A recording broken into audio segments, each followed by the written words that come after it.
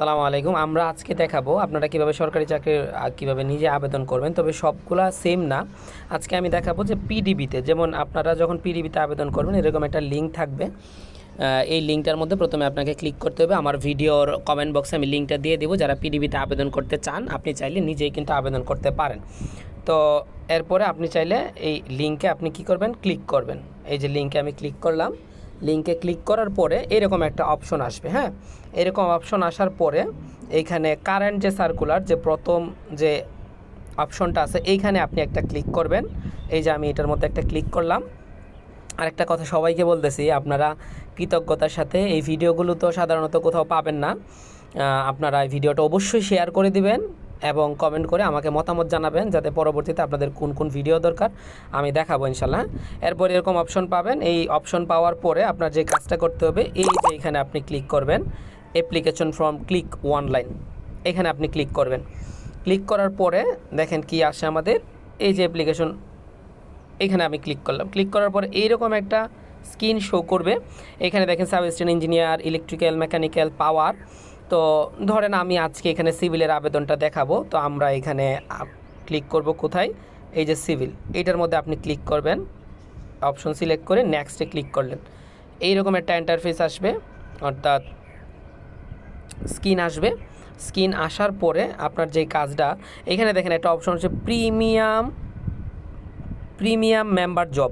এখানে যদি আপনি ইয়েস দেন, অর্থাৎ আগে যদি আপনি বাংলাদেশ পাওয়ার ডেভেলপমেন্ট বোর্ডে আবেদন করে থাকেন তাহলে ইয়েস দিলে আপনার কোনো কষ্ট নেই, অটোমেটিক ফিল আপ হয়ে যাবে। কথা বুঝতে পারছেন?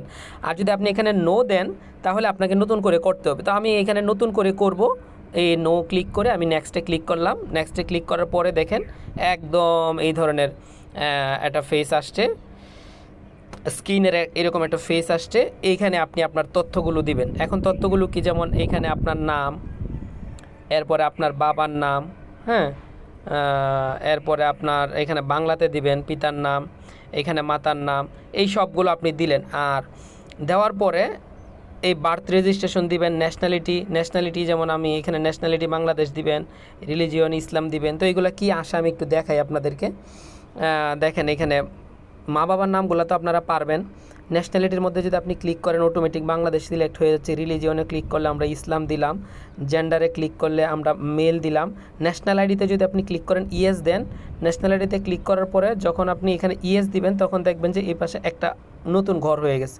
হ্যাঁ, এখানে আপনি ন্যাশনাল আইডির নাম্বারটা অ্যাড করে দিবেন। অ্যাড করার পরে আপনি এখানে বার্থ রেজিস্ট্রেশন, এটা যদি আপনি থাকে দিতে পারেন। তবে এখানে একটা ব্যাপার বলি, এখানে 3টা অপশন আছে, আমি আবার একটু দেখাই। 3টা option, national ID, birth registration, passport, যে কোনো একটা দিলেই হয়ে যায়। তবে আমরা সাধারণত ন্যাশনাল আইডিটাই দিব। ন্যাশনাল আইডিটা দিলে আমাদের অন্য বার্থ রেজিস্ট্রেশন বা পাসপোর্ট, এগুলো আমাদের, এই বার্থ রেজিস্ট্রেশন বা পাসপোর্ট আমাদের না দিলেও চলবে, কম্পালসারি না। ঠিক আছে?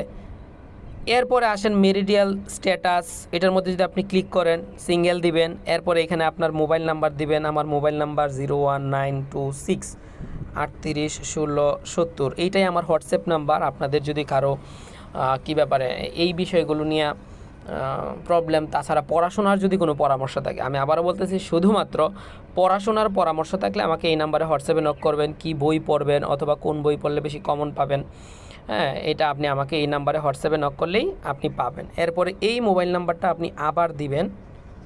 আপনি চাইলে আমার ফোন নাম্বারটা স্ক্রিনশট দিয়ে রাখতে পারেন। আর ভিডিও যদি বুঝতে সমস্যা অবশ্যই কমেন্ট করবেন, ভিডিও না বুঝলে ইনবক্সে দিবেন না, কারণ অনেক মানুষ ভিডিও দেখবেন। এই জন্য আপনারা কমেন্টে জানাবেন, আমি দরকার পড়লে সেই অনুযায়ী আবার ভিডিও বানাবো। এরপরে নিচে আপনারা মেইল অ্যাড্রেস দিবেন, একটা মেইল অ্যাড্রেস দিবেন। এরপর আপনার কোটা, দেখেন কোটার মধ্যে কি কি কোটা, আপনারা যে আমাকে প্রশ্ন করেন যে ভাইয়া কি কি কোটা, এখানে দেখেন প্রথমে আছে ফ্রিডম ফাইটার, হ্যাঁ, কোটা। এই যে কোটার প্রথমে আছে ফ্রিডম ফাইটার, আপনি যদি মুক্তিযোদ্ধার সন্তান হন, ফিজিক্যাল হ্যান্ডিক্যাপড, অর্থাৎ আপনি যদি শারীরিক প্রতিবন্ধী হন, হ্যাঁ, ইথিক মাইনরিটি, এইটা আছে। প্লাস হচ্ছে নট অ্যাপ্লিক, অর্থাৎ আপনার কোনো কোটা নাই, তাহলে আপনি নো দিয়ে দিবেন।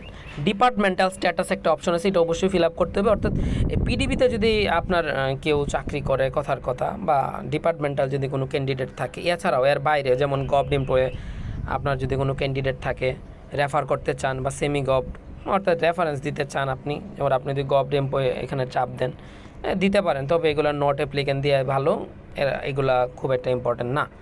হ্যাঁ, তবে এটা আপনাকে ফিল আপ করতে হবে। এরপরে দেখেন এই যে কেয়ার অফ, এটা আপনারা বুঝেন না। কেয়ার অফ, এখানে আপনি আপনার বাবার নাম দিবেন। আমার বাবার নাম নাজিমউদ্দিন, এখানে আমি নাজিমউদ্দিন দিয়ে দিলাম। আপনারা তো বুঝতেছেন তাই না? আমাকে একটু কমেন্ট করে জানান বুঝতেছেন না। এই যে এটা কেয়ার অফ, হ্যাঁ, এখানে দিলেন। এরপর আপনি এখানে ভিলেজ, আপনার ডিস্ট্রিক্ট, যেমন আমার ডিস্ট্রিক্ট হচ্ছে ময়মনসিংহ, আমি এখান থেকে এই যে ময়মনসিংহ সিলেক্ট করলাম। এরপরে উপজেলা, পোস্ট অফিস, পোস্ট কোড, যেমন আমার পোস্ট কোড হচ্ছে 2270, এটা আপনার ভোটার আইডি কার্ডের পিছনেই দেখবেন পোস্ট কোডটা লেখা আছে। এরপর আপনার পোস্ট অফিসটাও ভোটার আইডি কার্ডের পিছনে লেখা আছে। আপনার উপজেলাও ভোটার আইডি কার্ডের পিছনে লেখা আছে। আমার উপজেলা গৌরীপুর, এই যে দেখেন ময়মনসিংহ সিলেক্ট করার পরে গৌরীপুর চলে আসছে। কথা বুঝতে পারছেন? এইটা ফিল আপ করার পরে আপনি যদি মনে করেন যে যারা গ্রামে, সাধারণত একটা আছে মানুষ গ্রামে আবার শহরে বাসা ভাড়া নিয়ে থাকে, তো আপনি প্রেজেন্ট এস্টেট বাসা ভাড়া আর পার্মানেন্ট অ্যাড্রেস আপনার গ্রামের বাড়ি দিতে পারেন। আবার কেউ আছে গ্রামে থাকেন শুধু, তারা এখানে সেম এজে যদি আপনি ক্লিক করেন, এখানে সবগুলো আমি ফিল আপ করে নিই, এই জন্য আসতেছে না। যেমন আমি যদি একটু ফিল আপ করে দিই, এই যে এখন আমি যদি এখানে সেম এজে ক্লিক করি, দেখেন সেম এজে ক্লিক করার সাথে সাথে সেম এজটা কোথায় আমি আবার একটু দেখাই দিচ্ছি। এই যে সেম এজে ক্লিক করার সাথে সাথে দেখেন এইখানে আমি এই পাশে যা লিখছিলাম, এই পাশে আমি যা লিখছি এই পাশেও কিন্তু তাই অটোমেটিক চলে আসছে। আপনি কি বুঝতে পারছেন? আমাকে কমেন্টে জানান। তাহলে অ্যাড্রেস দেওয়া শেষ। এরপরে এসএসসি ইকুইভ্যালেন্ট, হ্যাঁ, এই অপশনটা আপনার কাছে, এসএসসি ইকুইভ্যালেন্ট, এইচএসসি ইকুইভ্যালেন্ট, এইগুলো আপনারা পারবেন। এসএসসির মধ্যে আপনার এই যে এক্সামিনেশন, এরপরে রুল, এরপরে হচ্ছে আপনার গ্রুপ সায়েন্স, হ্যাঁ, এগুলো আপনি দিবেন। আর এইচএসসি ইকুইভ্যালেন্ট, এখানে যখন আপনি ক্লিক করবেন নিচে দেখেন কি আসে, এখানে কিন্তু আপনার ডিপ্লোমাই আসবে, diploma in engineering, HSC equivalent. এরপর আপনার রুল দিবেন, সাবজেক্ট দিবেন, যেমন সিভিল আমরা আবেদন করতে সিভিল দিব, কেমন। এখানে আপনি বোর্ড দিবেন, বোর্ডটার ক্ষেত্রে আপনি সবার নিচে যাবেন, এই যে BTEB, Bangladesh technical education board, এটা সিলেক্ট করবেন। হ্যাঁ, এটা যদি কারো বুঝতে সমস্যা আমি আবার দেখাই দিচ্ছি, এই বিটিইবি। এরপর আপনি এখানে রেজাল্টে ক্লিক করলেই আমরা আউট অফ 4 ডিপ্লোমা যারা, যেমন আমার সিজিপিএ ছিল 3.92, আমি এখানে দিলাম 3.92।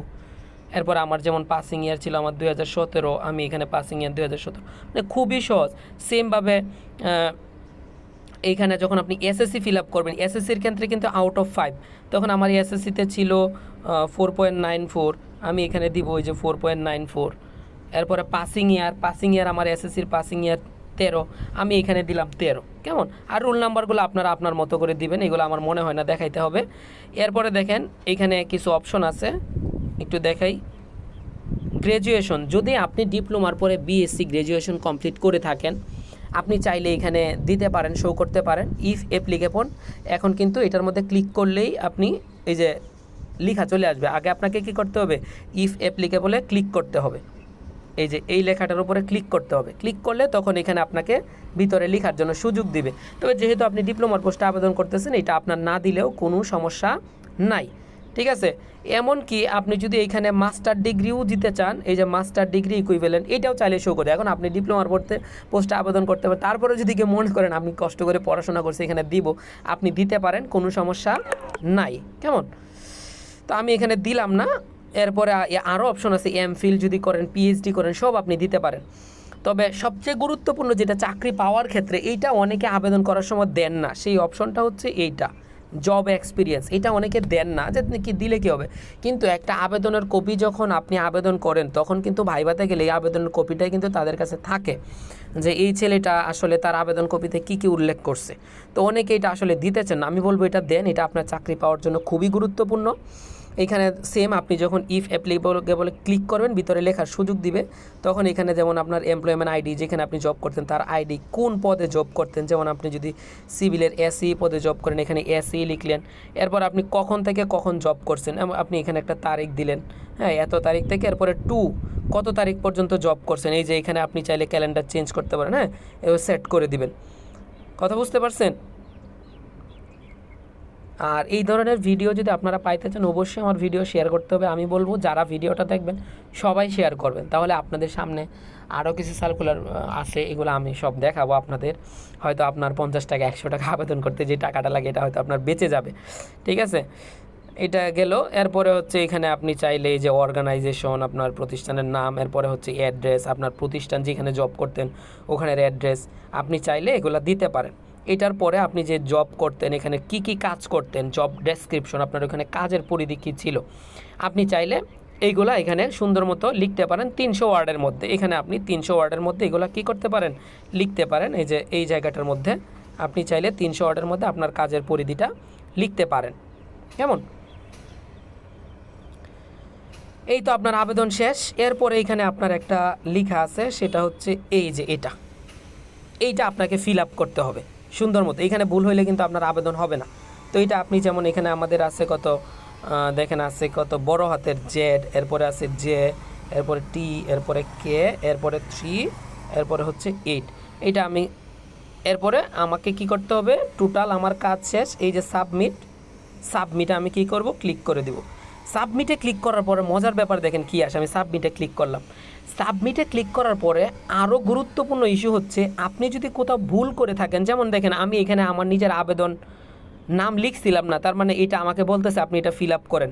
এই যে এগুলা লাল দাগ আসছে দেখেন, মানে এইগুলো আপনাকে কী করতে হবে, লাল দাগগুলো ফিল আপ করতে হবে, নাহলে আপনার আবেদনটা সাবমিট হবে না।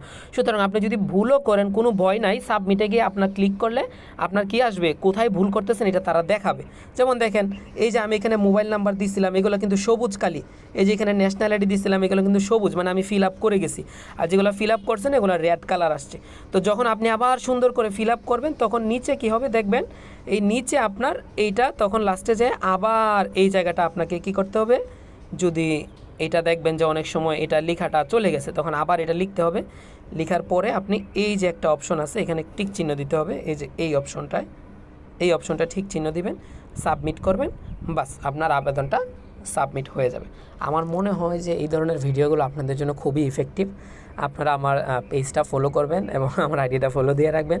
আশা করি আপনাদের উপকারে আসবে। আর সিভিল, ইলেকট্রিক্যাল, মেকানিক্যাল যারা আছেন অবশ্যই আরসিসির নন বইটা সংগ্রহ করে নেন, আপনাদের জন্য খুবই খুবই উপকারী হবে। আমাকে নক করবেন, হোয়াটসঅ্যাপ নাম্বার আমি ভিডিওর মধ্যে দিয়ে দিচ্ছি।